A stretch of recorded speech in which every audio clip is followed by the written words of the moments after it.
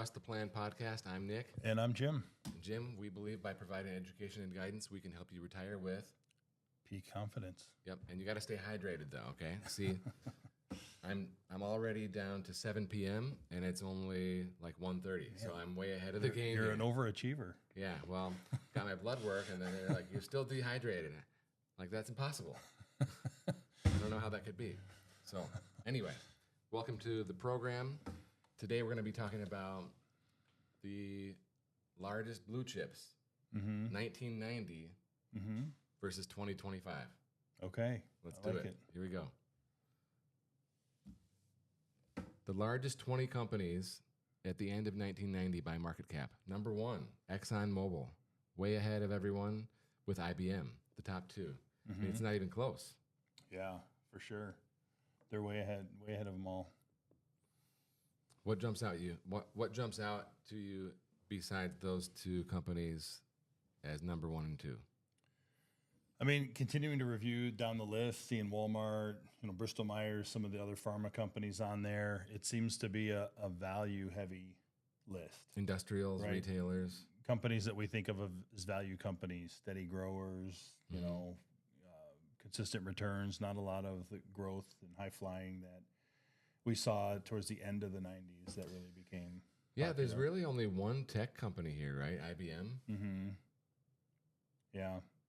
That's it. And so now, flip over to 2025. First thing that jumps out to me, besides the first 7 companies are all tech companies, what jumps out is just the scale, okay? Scale is unbelievably bigger. Yeah. Right, so Microsoft at 3.5 trillion, and back in the day, Exxon was 64 billion. So it's like, what, 5 times bigger? Oh, yeah. I mean, it's 50 times bigger. yeah. Sorry, guys. 50 times bigger. Remarkable. And then even Walmart here at 34 billion, Walmart at 777 billion. So there's a strong case for like buy and hold, right? Like even though Exxon is no longer number one, they're like number 17. They've still gone from 64 billion to 452 billion. Exceptional, right? But there would have been opportunity cost along the way. For sure. Right?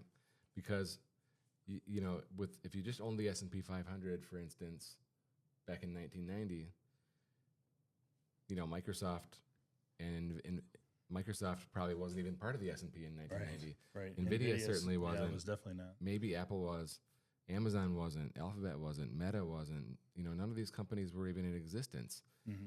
But by owning the index, these companies, they start growing up. They become part of the index, and then you get to ride the wave without having to be smart enough to pick that stock. Right. Yeah, I think one of the things that stands out to me, like you said, buy and hold.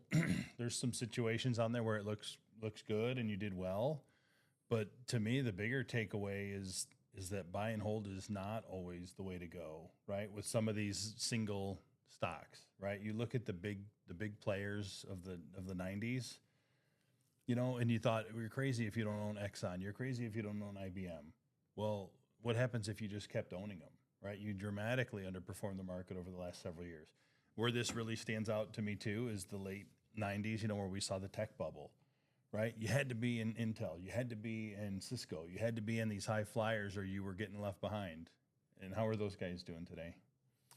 Right, some of those top guys you mentioned, Cisco and Intel, they have not done well. Like Cisco, the 25-year stock price is 0.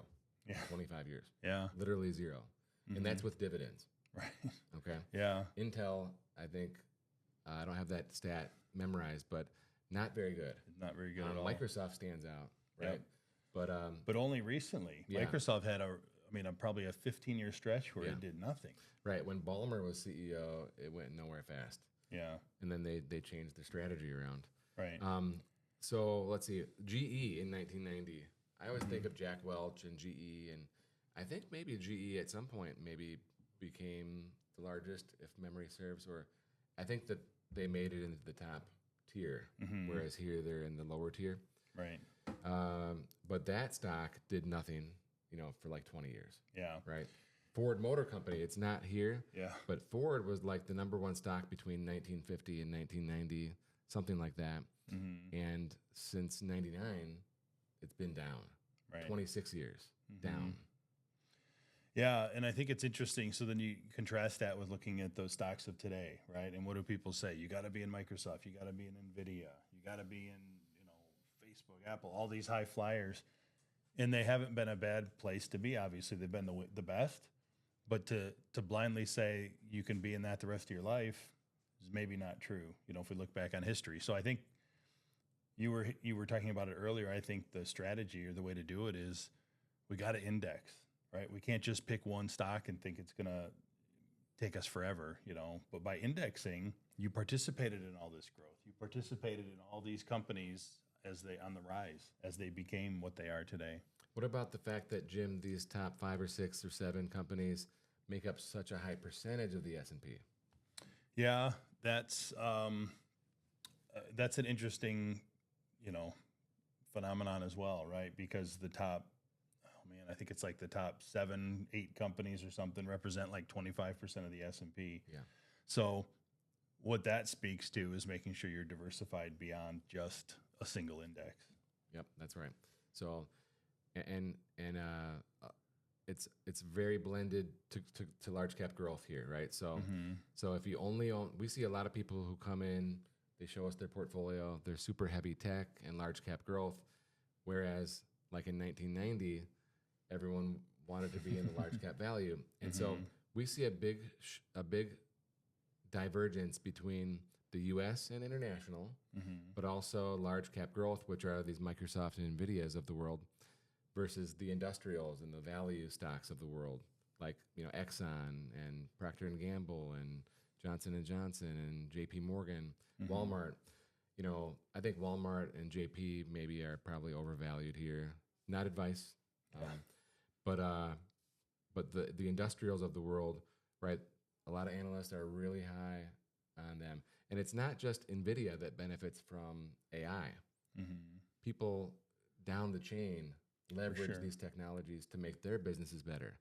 Like, I don't know, pick any company and they're going to be leveraging the benefits of AI to be more productive. For sure. Some logistics companies, industrial companies are going to be able to utilize what AI can do to really benefit and maximize their company profits. That's right. So, there's one more thing here. In 2025, the top 20 total is 25 trillion, and the S&P is 54 trillion. Let's compare that to 1990. Oh, we're not getting it. 530 billion versus 25 trillion. Wow. It's wild. Yeah, that is. Well, if you'd like to learn more, visit us at peakwm.com. You can schedule an appointment online.